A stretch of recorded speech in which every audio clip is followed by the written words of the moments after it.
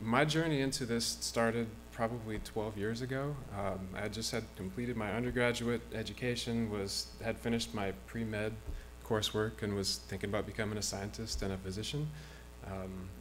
And in that process, got a little bit disillusioned with the process, so decided to look for some other avenues. And somehow I just found Chinese medicine. And I knew a little bit about acupuncture, didn't know much about what Chinese medicine was. And I decided to go for it. And I was like, this looks really interesting. It looks kind of just weird enough that I think I'll be comfortable doing it. I think it's going to help people out. It really sort of matched my goals of being a healthcare provider and helping people. So I took the leap and I started to study traditional Chinese medicine. I was doing integrative medicine from the start, because the first thing I did was I went to the library and I got a book on Chinese medicine, and I opened it up to what was the function of the kidney. And then I went and I got my physiology textbook from my undergraduate coursework, and I opened it up to kidney. And I thought, this is really going to be cool. It's going to be really easy. I can just translate. It's actually been quite difficult to translate what the Chinese medicine kidney is and to figure out how that relates to my kidneys. So that's, I think, what we're starting here today is this journey that's actually been going on for probably, I mean, Chinese medicine's been happening for 2,500 years or 3,000 years. Integrative medicine has, I think, got a pretty substantial history at this point. We're really inaugurating it here today at UCSD. But it's been an interesting 12 years to get to this point. So I'm really just quite grateful to be here. Let's jump into the slide. Oops, what am I doing? Okay, so what is traditional Chinese medicine? Traditional Chinese medicine, a lot of people equate traditional Chinese medicine with acupuncture. And acupuncture is definitely part of traditional Chinese medicine. But traditional Chinese medicine is actually it's a whole system of healthcare. It's got its own system, it's got its own theoretical framework. It's based on the ideas of balance, on yin and yang, on movement. A lot of what Dr. Krisu was talking about, I was like, wow, osteopathy and traditional Chinese medicine really have a lot in common in terms of their underlying philosophy.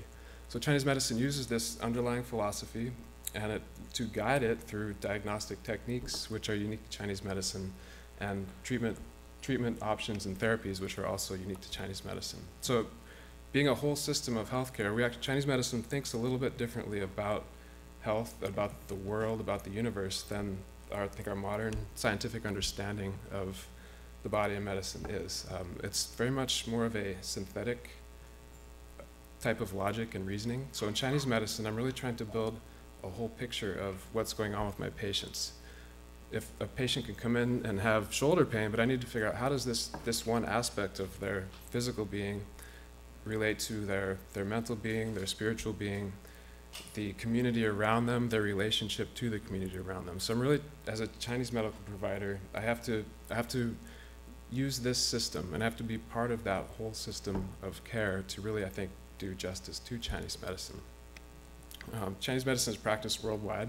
It's one of the most used systems of healthcare in the world. I think I've seen some statistics that more people have used Chinese medicine than any other system of healthcare.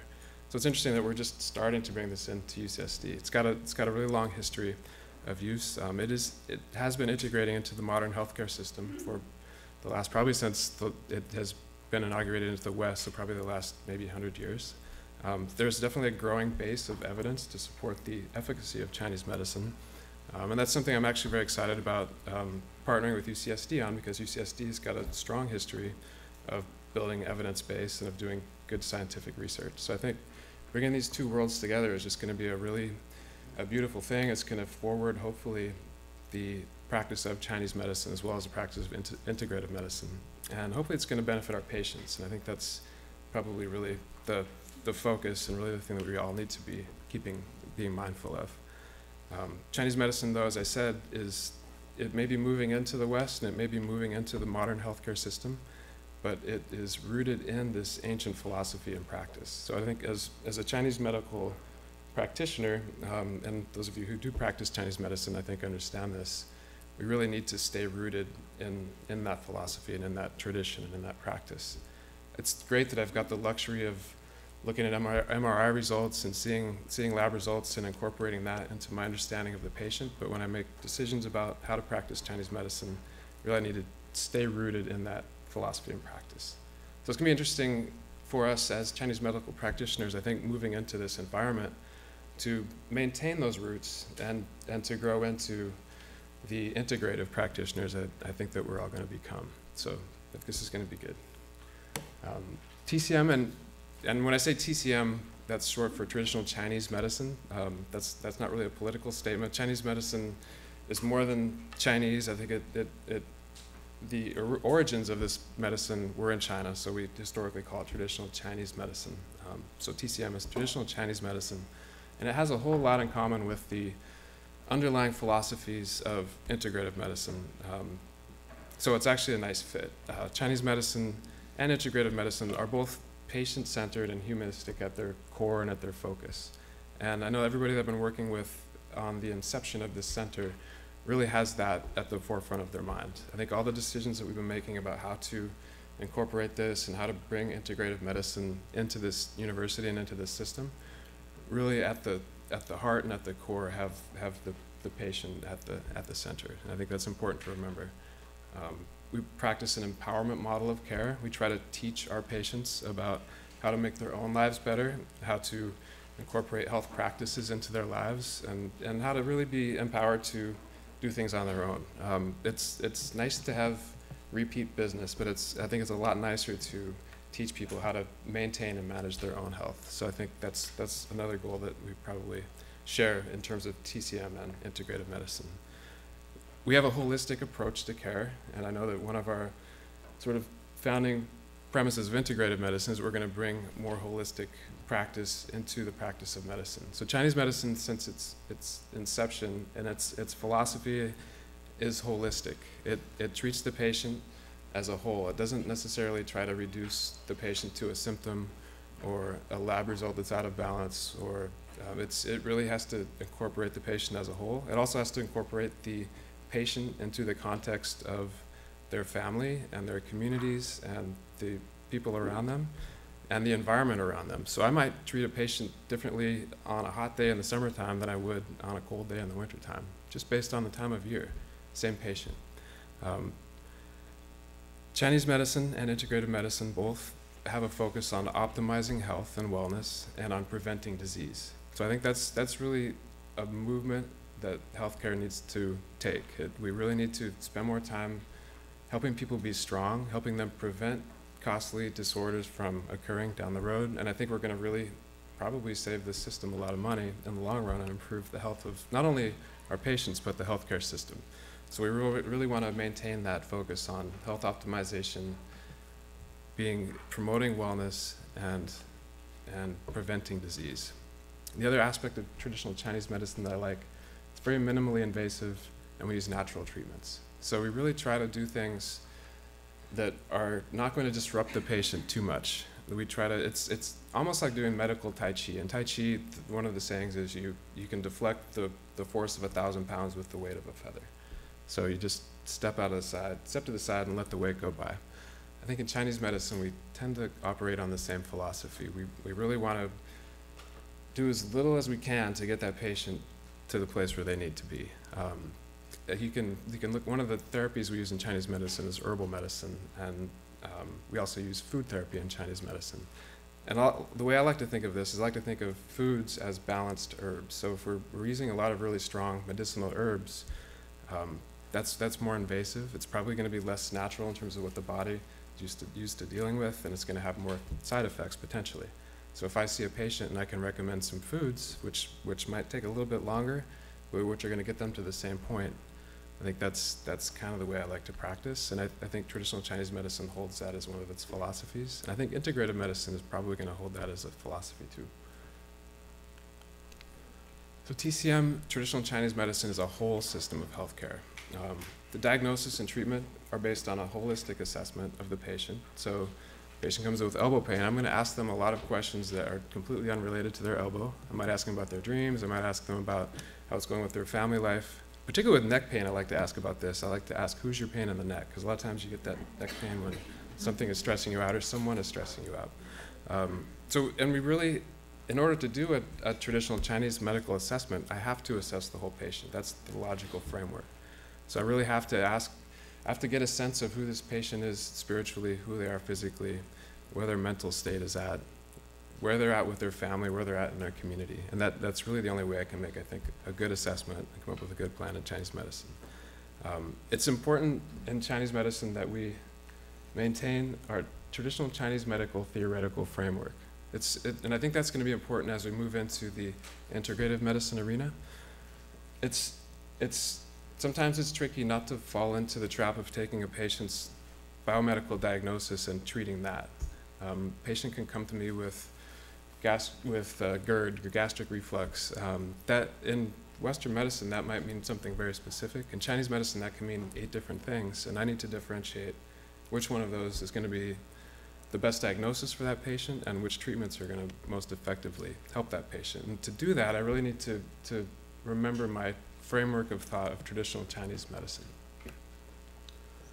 Traditional Chinese medicine may combine a wide range of therapeutic modalities. So a lot of times I think in this culture, we tend to equate acupuncture with, or we tend to equate traditional Chinese medicine with acupuncture.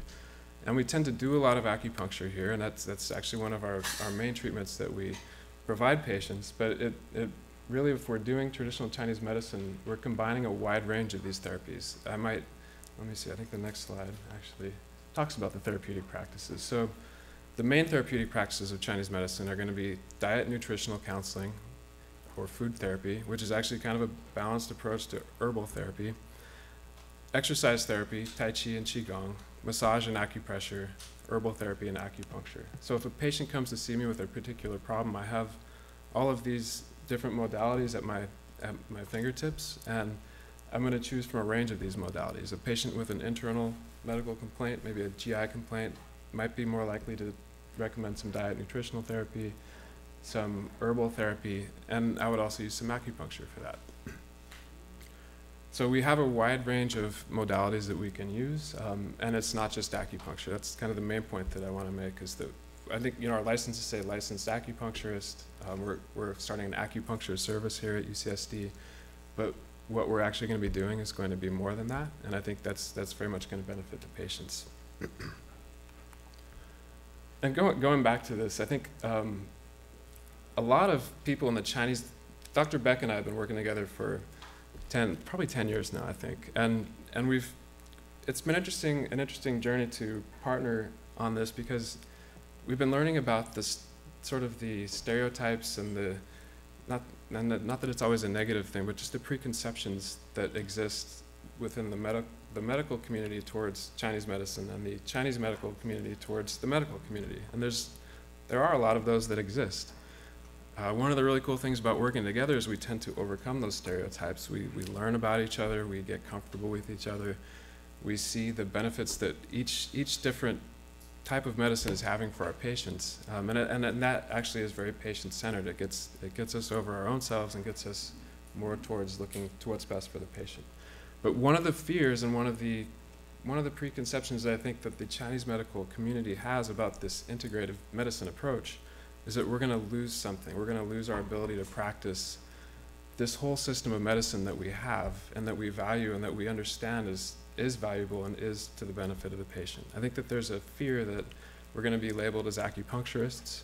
There's a fear that we won't have our Chinese herbal medicine at our fingertips, and we won't be able to use that within the system because we're afraid that that's maybe somehow going to be taken away, or that maybe we're afraid that the medical doctors are afraid of herbal medicine because they don't have a great understanding of it. So I think one of the things I'm very excited about in terms of going forward with the Center for Integrative Medicine here at UCSD is this great opportunity to really overcome a lot of these fears and stereotypes, because I think if we can do that, we're really going to be able to benefit our patients that much more.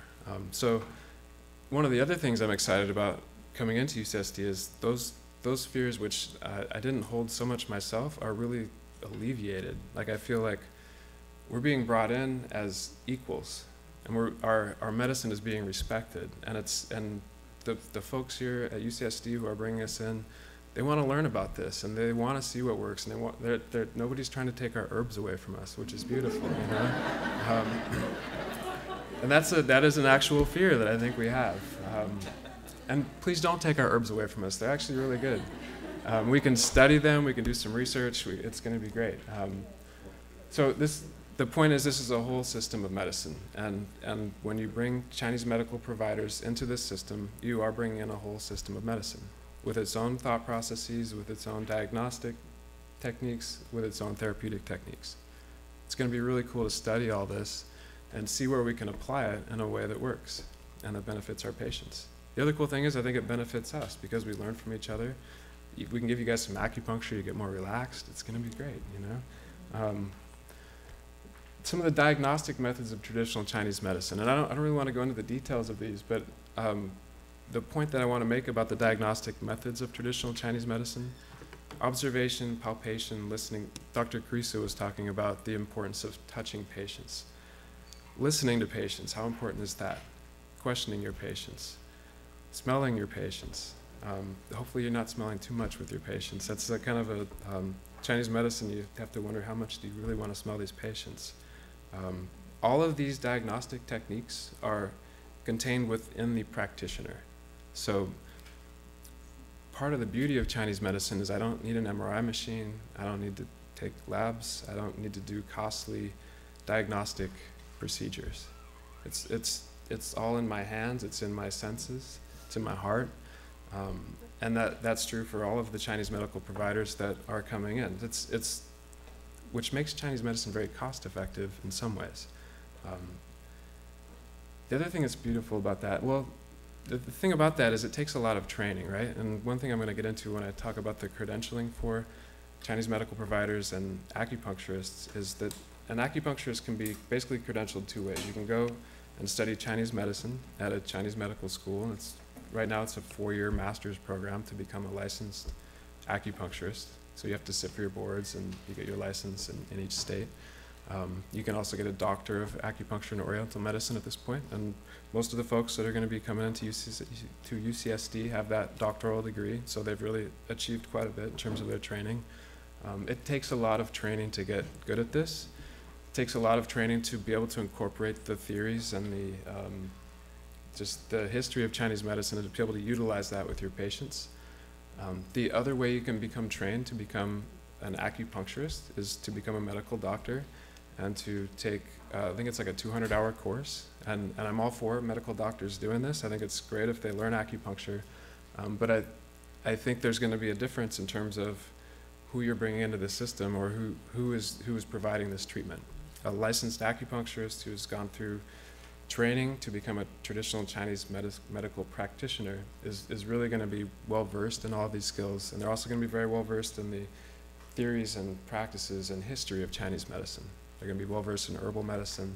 So it really, I think, is important to distinguish between those two things. Even though I'm all for medical doctors practicing acupuncture, learning acupuncture, I'm going to be working with a medical acupuncturist for the next few months at one of the free clinics. I'm really excited about that interchange and the ability to see what she knows and learn from her about medicine, and I think I'm going to be able to teach her a little bit about Chinese medicine, and these two worlds are coming together in a nice way. But I think what's important is that we respect what Chinese medicine is and that we respect the sort of the skill set that it takes to really practice this effectively and the training it takes to be able to practice this as a whole system of medicine. These are, and all of you Chinese medical providers in the audience, please correct me because I know this is not an exhaustive list, but this is a list of some of the specialties that tend to be practiced within traditional Chinese medicine.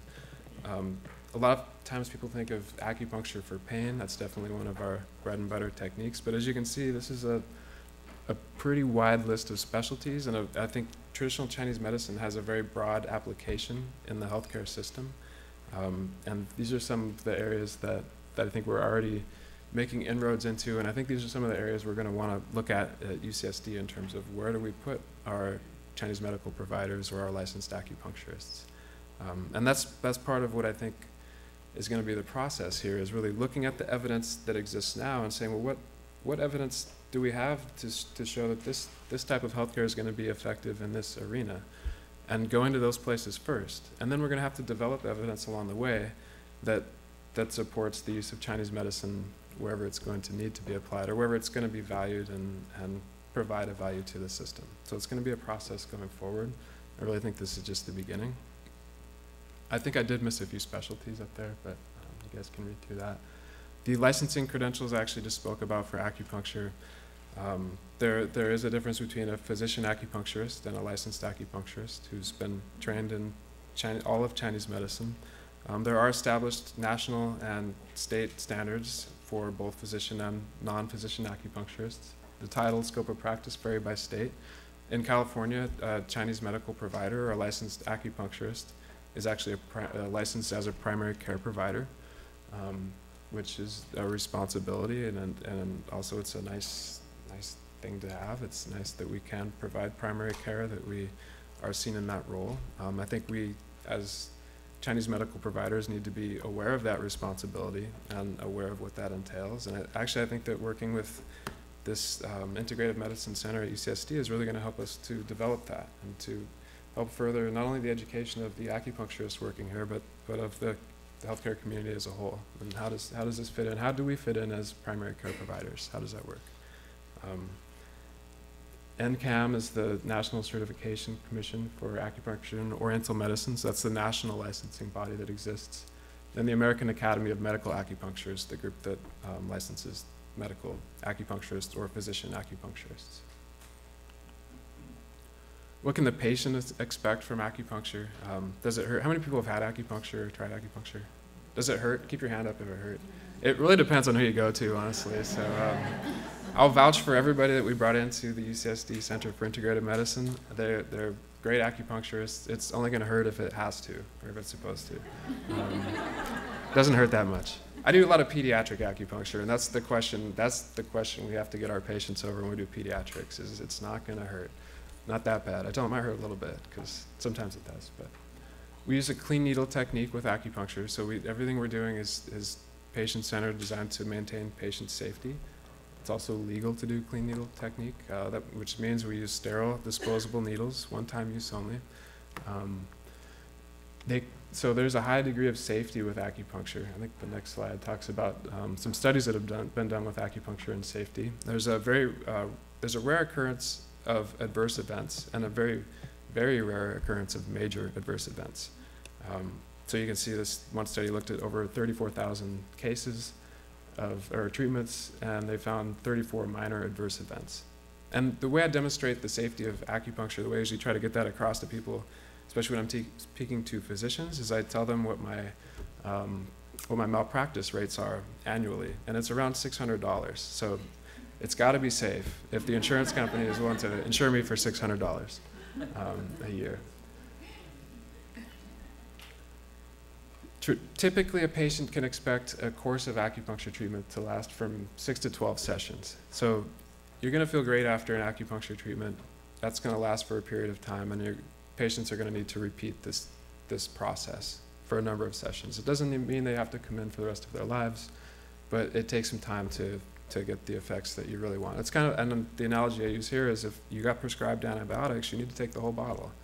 If you take one pill and come back and tell me that it didn't clear the infection, the antibiotics didn't work, something isn't quite right there. So I think that's something that we have to get used to teaching our patients, and it's something patients should know to expect.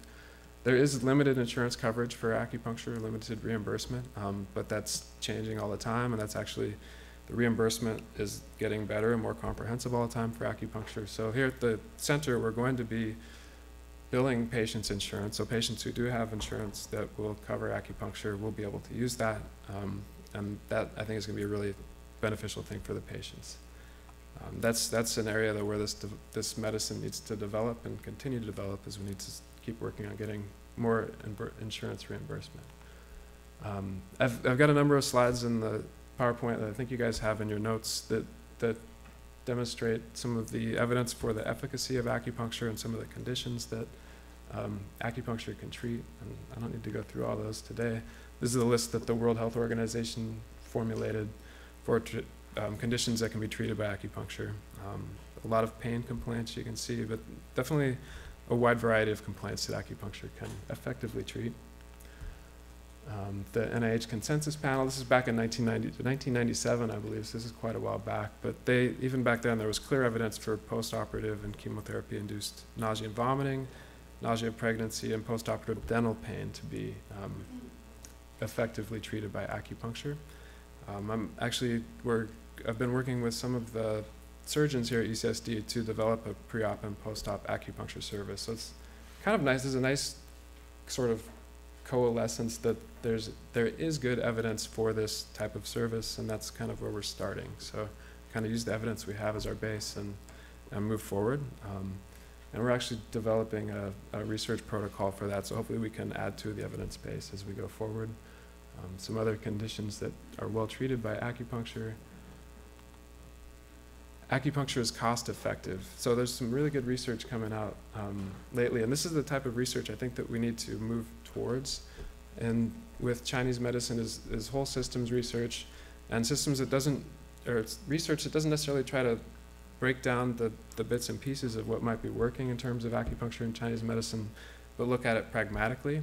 And these studies basically looked at acupuncture treatment and measured quality of life, measured pain outcomes, and measured like loss of work or productivity in relation to those treatments, and found acupuncture to be cost effective versus standard of care. And I think acupuncture would probably stand up pretty well for a lot of types of conditions if the research is done like this. And I think it's very important to show that acupuncture is cost effective, or Chinese medicine is cost effective, because that's going to be important for our healthcare system going down the road.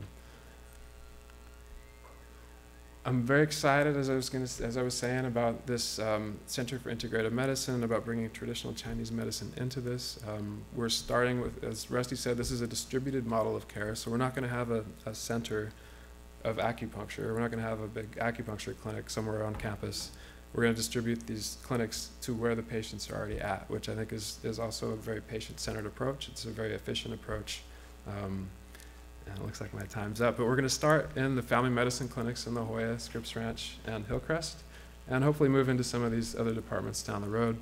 We also hope to be very involved in the educational side of things here at UCSD and in research. And I think we're going to be excellent research partners, and I'm looking forward to seeing all that develop. Thank you very much all for your time, and I'll see you at the break.